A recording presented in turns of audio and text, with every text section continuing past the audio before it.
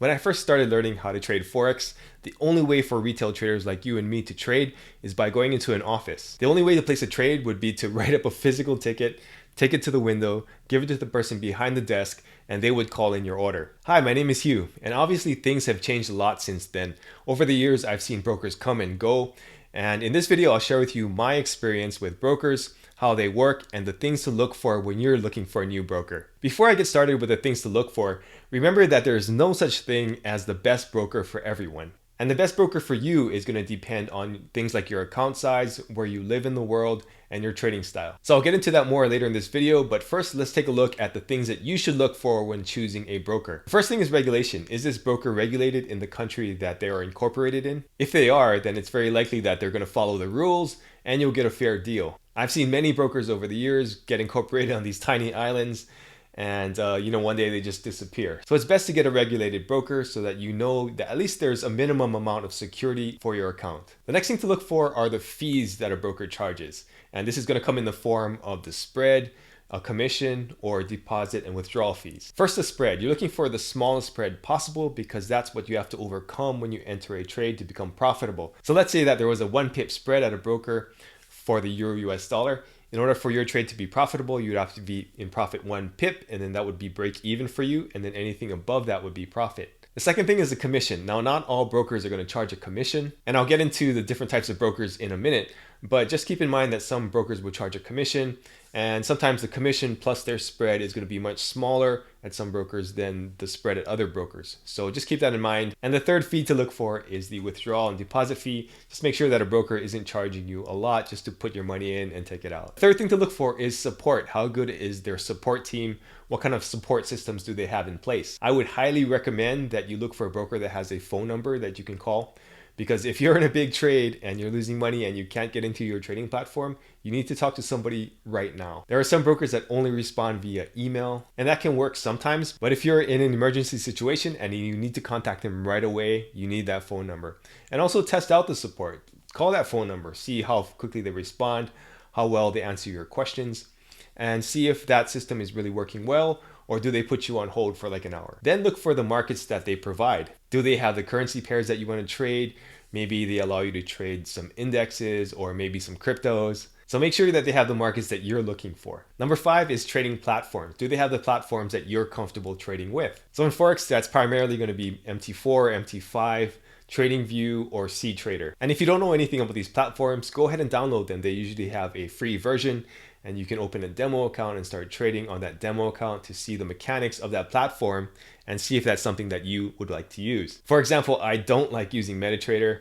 MetaTrader is great if you're using EAs or automated trading strategies, but for manual trading, I much prefer TradingView. So be sure to try out these platforms before you start trading live money, because if you're in a trade and you get confused about the platform, that's no good. You're going to lose money. After the trading platform, you should look at leverage. How much leverage does this broker provide? Now, when a lot of traders start out, they look for the biggest leverage possible because they think that's the best thing to do. But in reality, it's usually better if beginners have lower leverage. That way they get into less trouble. So if you're in the US and your broker only provides 30 to 1 or 50 to 1, that's good enough to get started. Once you've developed profitable strategies, then you can look at more leverage, and that could really help. But in the beginning, it's actually better to have less leverage. So don't worry too much about the leverage, but it is a good idea to know how much leverage you're getting. After you research the leverage, then take a look at the deposit and withdrawal process. Is that really easy? Are there multiple ways that you can fund the account? Are there multiple ways that you can take the money out? Another good thing to look for is how long has the broker been in business? If the broker just started up 2 years ago, they're probably not as reliable as another broker who maybe started in the 90s. Of course, that's not a guarantee that the broker is good now or will be in the future, but it is an indication of how stable the broker is if they can stay in business for that long. And the number 9 thing that I think you should look for are the rules. What's the small print on the accounts? So there are 3 things to look for here. Number 1, do they charge inactivity fees? So if you don't trade for a month, are they going to charge you for that? I think that's wrong, but some brokers do that. So beware of that. Then does the broker allow scalping and the use of EAs? And that might seem kind of weird because a broker should just provide you the ability to trade. But some brokers are pretty strict and they don't allow scalping or EAs. So be sure to look for those 2 things. So if you look for these 9 things and they all look good, then there's a pretty good chance that you have a broker that you can use. But wait, there are a couple more things that you should know about. The first thing is the types of Forex brokers out there. Now, some people will talk down about one or the other type of Forex broker, but in reality, they're just two different business models and they're not good or bad. If a broker is legit and they're doing things above board, then each of these types of brokers can have an advantage. So the first type is the ECN or STP broker. ECN stands for Electronic Communication Network and STP is straight through processing. Now these brokers pass your orders directly to the interbank market, and the interbank market is made up of things like hedge funds, large banks, other brokers, and these bigger institutions.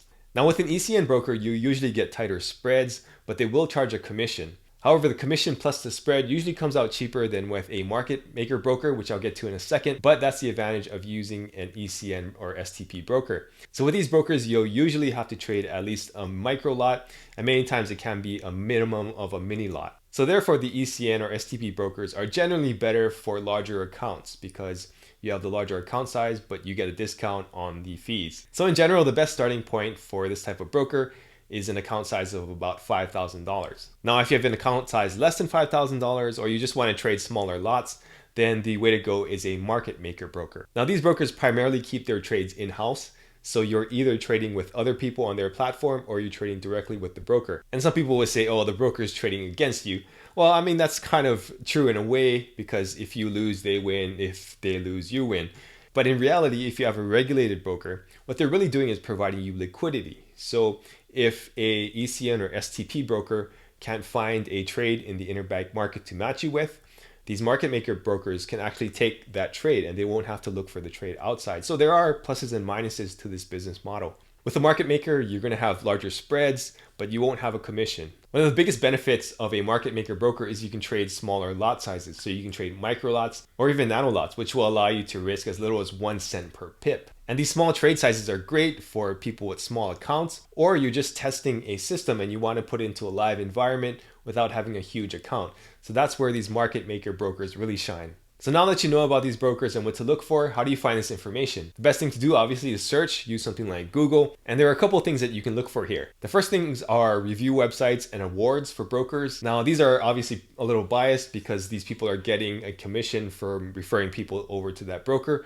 However, these websites can provide valuable information by giving you all the things that I talked about. Another place to look is to ask people who are actually trading and ask those people what brokers are they using and why do they like them. Referrals are usually the best way to find brokers because people have been actually using their service for a while and you can tell when somebody actually likes a broker or not, as opposed to some of these websites that might be biased because of the commission that they're making. So that's how you find the best Forex broker for you. Now I have another video on how to test a Forex broker once you find one. So if you're interested in learning how to test out a broker, go watch that video. Otherwise, if you have any questions about choosing the best Forex broker, leave them in the comments below. Give me a thumbs up if you like this video, subscribe and hit the bell if you want to get more videos like this. Thanks for watching and I'll see you in the next video.